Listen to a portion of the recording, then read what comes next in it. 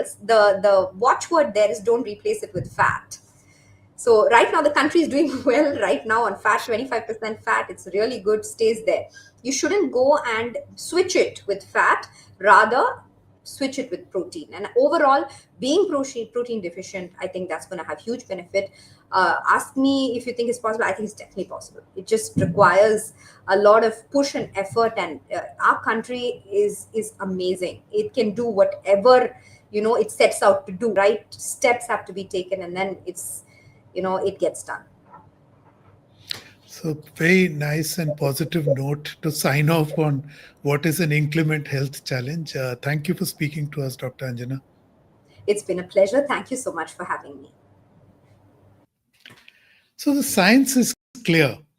India's high carb, low protein diet is creating a dual challenge with respect to its health and its economy. But like Dr. Anjana explained, a slight tweak in our diet preferences away from processed carbohydrates to more proteins in the form of dairy and less sugar, etc., can generate national dividends in trillions. This is about eating smarter, both for our bodies and the economy. A healthy India is a wealthy India. Thank you for watching. Don't forget to subscribe to StratNewsGlobal.Tech on YouTube.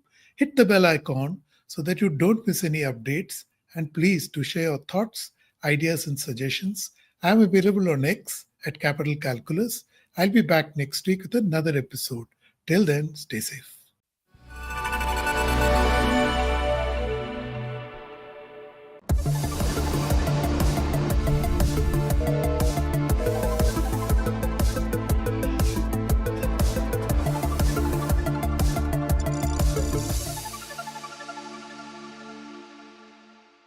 Hello and welcome to another edition of Capital Calculus. I'm your host, Anil Padmanabhan. India's health crisis is no longer about infections. It is about what we consume. A recent research study based on the ICMR-India Diabetes survey reveals that a carb-heavy and protein-poor diet is causing ill health to Indians. The thing is that this is not just about bad health. It also exacts a staggering cost on both the economy and individuals, especially in our health household budgets. To unpack how India's diet is undermining India's health and its economy, we have with us today Dr. R. Anjana. She is the lead author of the study and managing director at Dr. Mohan's Diabetes Specialities Center. Welcome, Dr. Anjana. Thank you so much for having me here. Really happy to be a part of this program. Thank you, Dr. Anjana. I wanted to begin with what I alluded to in the introduction. India's NCD crisis is often called a slow-moving pandemic. From your research, how fast is this problem growing and how is it beginning to affect India's workforce and economic productivity?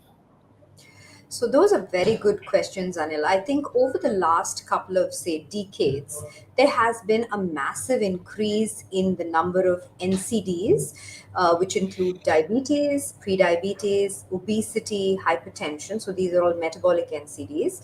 There's been a large increase in these numbers all over the world, but India is, I think, at the center of, simply because of huge population that we have.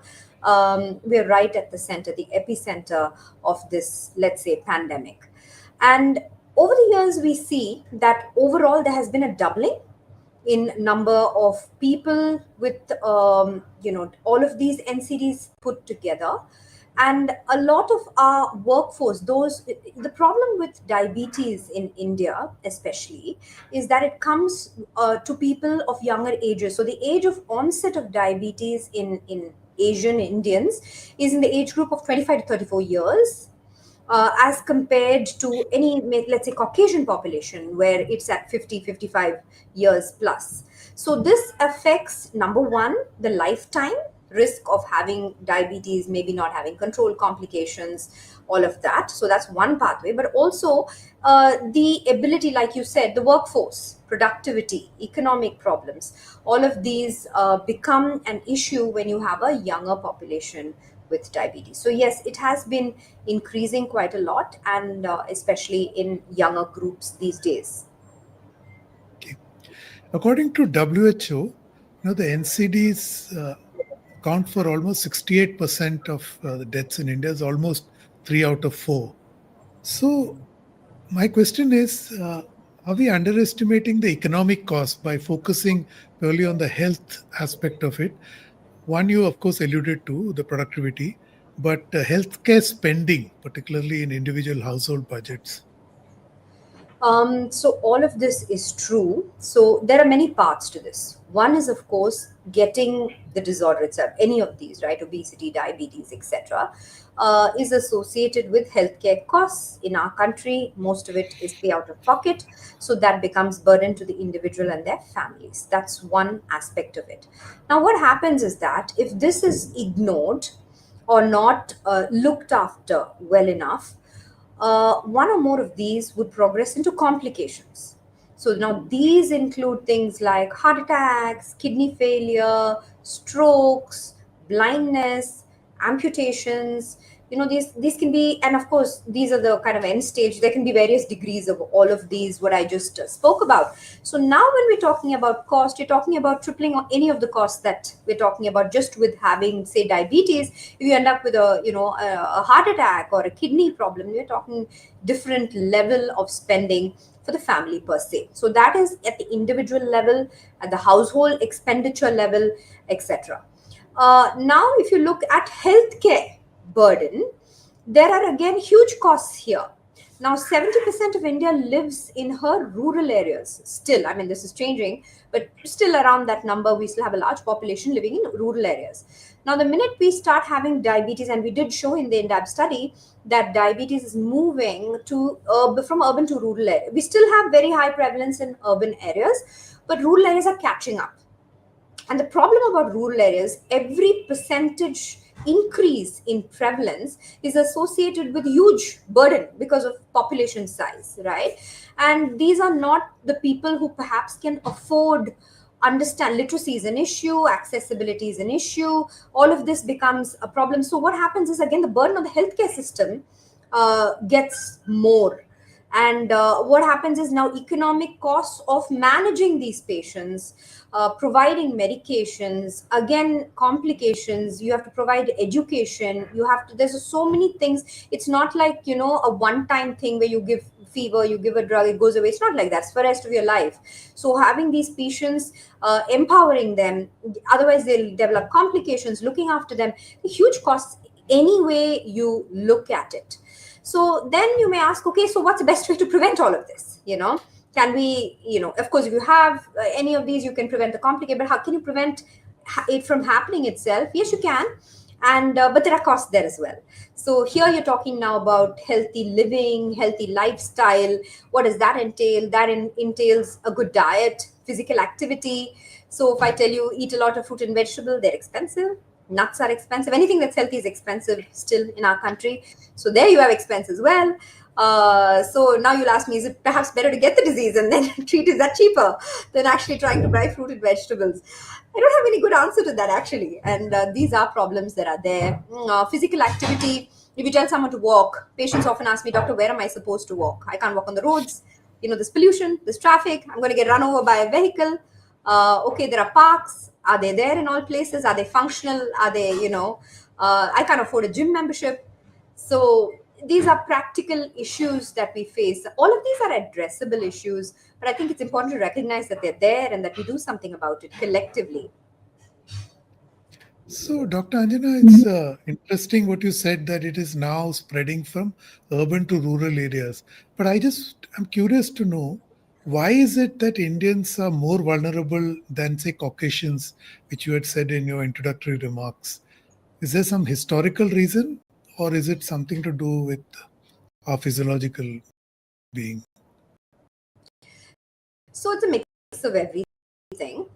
And Indians traditionally have been through a lot of famines. If you look at, our history, our body types are meant to conserve energy. So our genotypes, our body endotypes, all of these are meant to conserve energy simply because we didn't have access to enough food. There was malnutrition. All of that was there in the days gone by, years gone by. Now, what has happened over time itself with the food revolution, milk revolution, all of this green happened, and now we have surplus everywhere. Surplus, excess access of high calorie food, let's say, and now you're consuming this food. It's affordable, right? So you're consuming it. Your body is, kind of trained to harvest maximum energy about whatever you consume. You're gaining weight. So if you don't expend, we used to also expend now in rural areas, for example. We didn't have before the all of this urbanization, industrialization hit us. People were walking around behind bullocks, right? That's what we were doing, farming, manual labor. Today, none of them have the good things of having mechanization, the byproduct of which is that you get less physical activity overall. So you're taking in excess calorie, you're not burning enough. Even in rural areas, you have access to sweetened beverages, to junk food, to unhealthy substances. Always in every village has your Pepsi and your Lay's, right?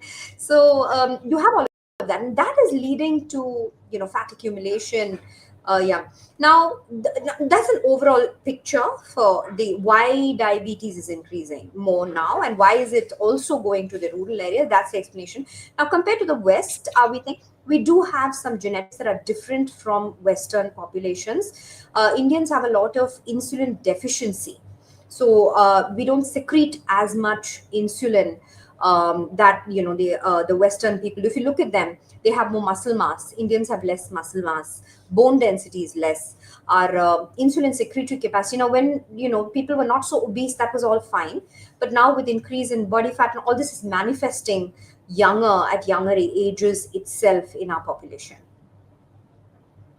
All very scary, but it's interesting that what was a defense mechanism against, say, malnutrition and lack of good diets is now become a liability in good times when actually India is doing well and food Yeah, is affordable, right? yeah, yeah, So, in your same research paper, you flagged the point that 60% of our diet is made up of carbs.